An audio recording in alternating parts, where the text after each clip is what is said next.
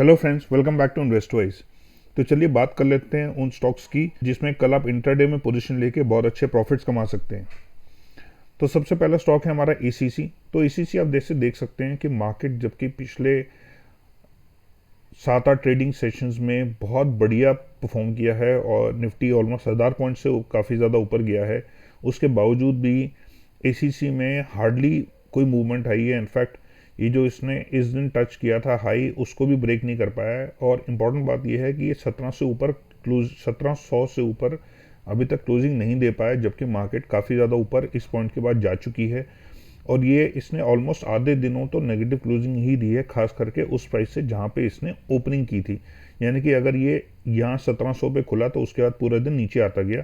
और आज भी जबकि मार्केट बहुत बढ़िया थी, कल भी मार्केट बहुत बढ़िया थी, उसके बावजूद इसने नेट नेगेटिव रिटर्न्स ही दिए हैं पिछले दोनों दिनों में। और इनफैक्ट पिछले ओवरऑल कई दिनों में इसने जितने भी गेंस किए थे वो सारे नेगेटिव कर दिए।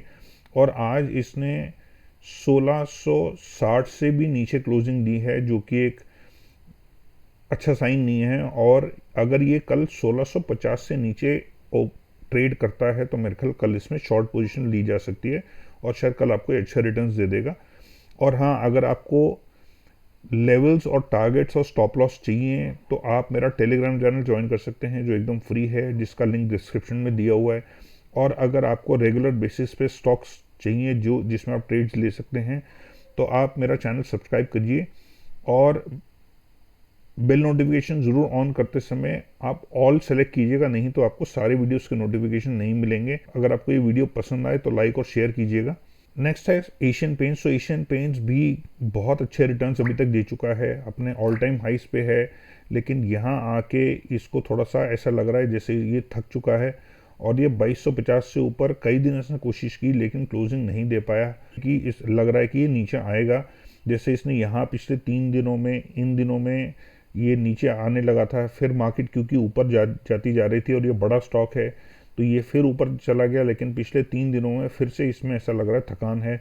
और आज भी इसने 2200 से नीचे क्लोजिंग दी है, तो ये भी एक इम्पॉर्टेंट फैक्टर है। और काफ़ी डिसेंट वॉल्यूम्स पे दी है, इसके एवरेज वॉल्यूम से थोड़ा ज़्यादा वॉल्यूम पे इसने नेगेटिव क्लोजिंग दी है।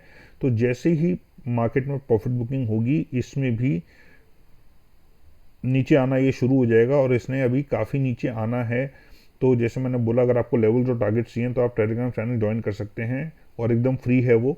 और उसमें मैं इंट्राडे के अलावा डिलीवरी बेस्ड स्टॉक्स भी देता हूँ और उसके अलावा कई सारी और वैल्यू एडेड सर्विसेज देता हूँ। तो जो आप इसको ज्वाइन करेंगे तो आपको मालूम चलेगा कि क्या क्या और सर्विसेज मिलती हैं, और ये सब कुछ फ्री है। और इसमें एक इम्पॉर्टेंट बात यह है कि आज जब मैं वीडियो बना रहा हूं तो उसमें नैस्डैक फिलहाल नीचे है और एसजीएक्स निफ्टी भी हल्का सा नीचे है।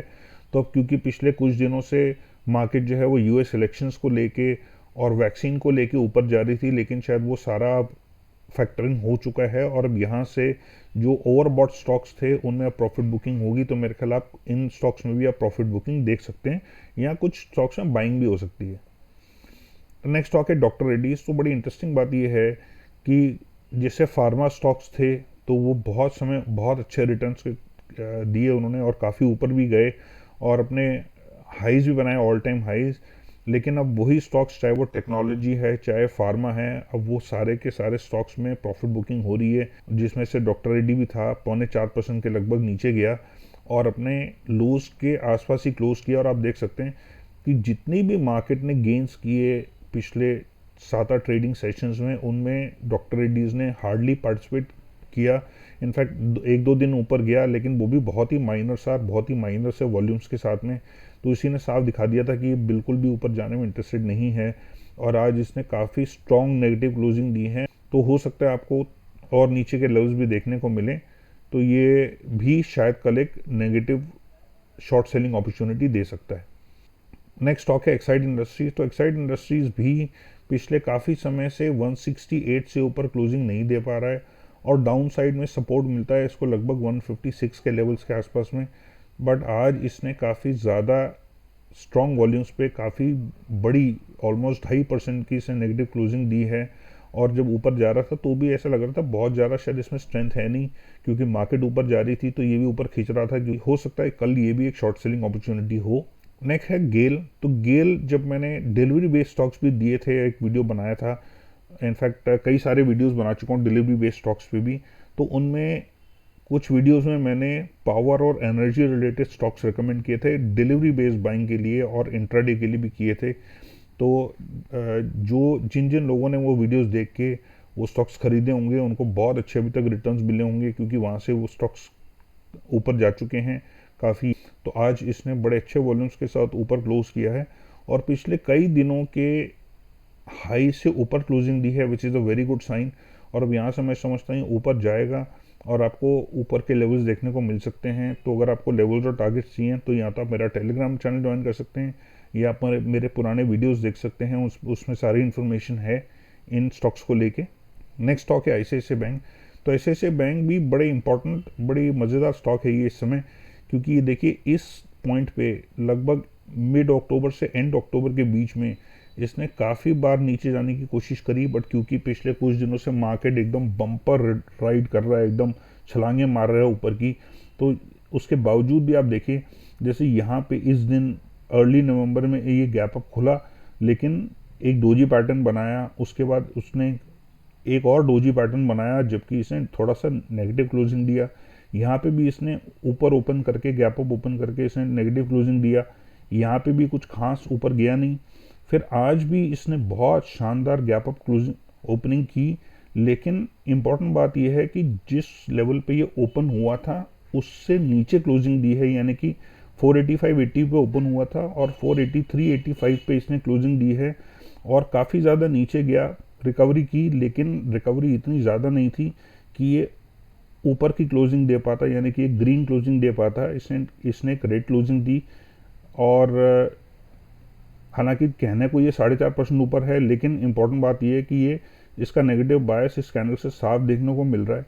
और अगर आपको कैंडल स्टिक पैटर्न्स के बारे में ज़्यादा नहीं मालूम, टेक्निकल एनालिसिस के बारे में ज़्यादा नहीं मालूम है, तो आप मेरे पुराने वीडियोस देखेंगे, तो उसमें मैंने काफ़ी कुछ एक्सप्लेन किया हो, जिससे आपको बहुत ज़्यादा क्लैरिटी मिल जाएगी, और आप खुद भी ये डिसाइड कर पाएंगे कैंडल्स को देख के, चार्ट्स को देख के, कि स्टॉक का आने वाला पैटर्न क्या हो सकता है। तो अगर आप फेमिलियर नहीं हैं तो वो वीडियो ज़रूर देखिएगा, और मुझे कमेंट्स में बताइएगा कि आपको कैसे लगे वीडियोस, और आप उसमें क्या क्या कोई आपके डाउट्स हैं, या आप और क्या क्या वीडियोस देखना चाहते हैं टेक्निकल एनालिसिस को लेके।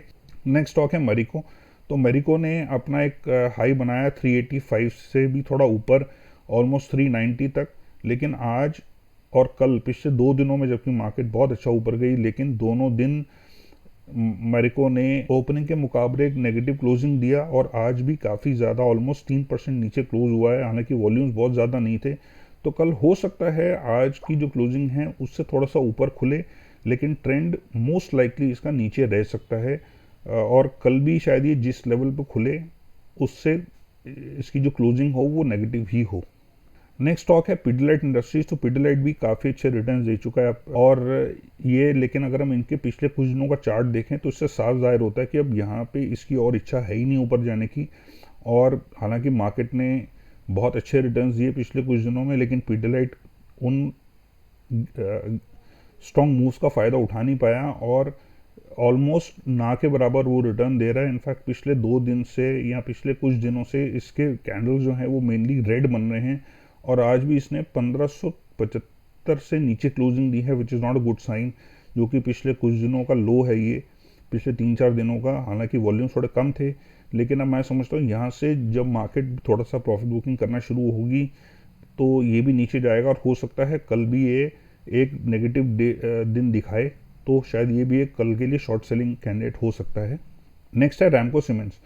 तो जितने भी सीमेंट स्टॉक्स हैं बड़े बड़े खास करके, जैसे अल्ट्राटेक हो गया, ग्राजिम हो गया, रैमको हो गया, श्री सीमेंट हो गया, अंबुजा सीमेंट्स हो गया, तो ये काफ़ी सारे स्टॉक्स जो हैं ये थकान दिखा रहे हैं अपने अपने चार्ट्स में, और इनमें प्रॉफिट बुकिंग किसी भी समय शुरू हो सकती है। और अगर आप रैमको का भी चार्ट देखें तो सिर्फ इसलिए क्योंकि ये बड़ा स्टॉक है और मार्केट कंटिन्यूसली ऊपर जा रही थी तो ये भी खींच रहा था ऊपर, लेकिन जितने भी दिन हैं उनमें या तो वॉल्यूम्स ना के बराबर हैं, या जो ये मूव्स कर रहा है, जो कैंडल बन रहे हैं वो उतने कन्विंसिंग बन नहीं रहे। जैसे इस दिन वॉल्यूम बहुत अच्छे थे, लेकिन कैंडल उतनी खास बनी नहीं। अगले दिन थोड़ा सा ऊपर गया, लेकिन वॉल्यूम्स नहीं थे। तो कोई ना कोई ऐसी दिक्कतें आ रही हैं, और ये देखिए हालांकि ऊपर जा रहा है, मार्केट ऊपर जा रही है, लेकिन ये 70 से ऊपर RSI में क्लोज नहीं दे पा रहा है। वो इसलिए क्योंकि ये यहाँ पे इंटरेस्टेड नहीं है ऊपर जाने में, और ये दिखा रहा है कि जो बायर्स है वो उतना खास इन लेवल्स पे इस स्टॉक को खरीदना नहीं चाहते हैं। तो मेरे ख्याल से कल शायद ये नीचे ट्रेड कर सकता है, तो ये हो सकता है कल एक शॉर्टिंग अपॉर्चुनिटी आपको दे। तो ये थे हमारे आज की video. Thank you so much for watching. और अगर आप सब्सक्राइबर नहीं हैं तो सब्सक्राइब कीजिएगा, और अगर आपको वीडियो पसंद आई हो तो लाइक और शेयर कीजिएगा, और टेलीग्राम चैनल ज्वाइन करिए ताकि आपको लेवल्स और टारगेट्स और स्टॉप लॉस मिल सकें, और कई सारी और वैल्यू एडेड सर्विसेज मिल सकें जो एकदम फ्री हैं। Thank you so much and take care.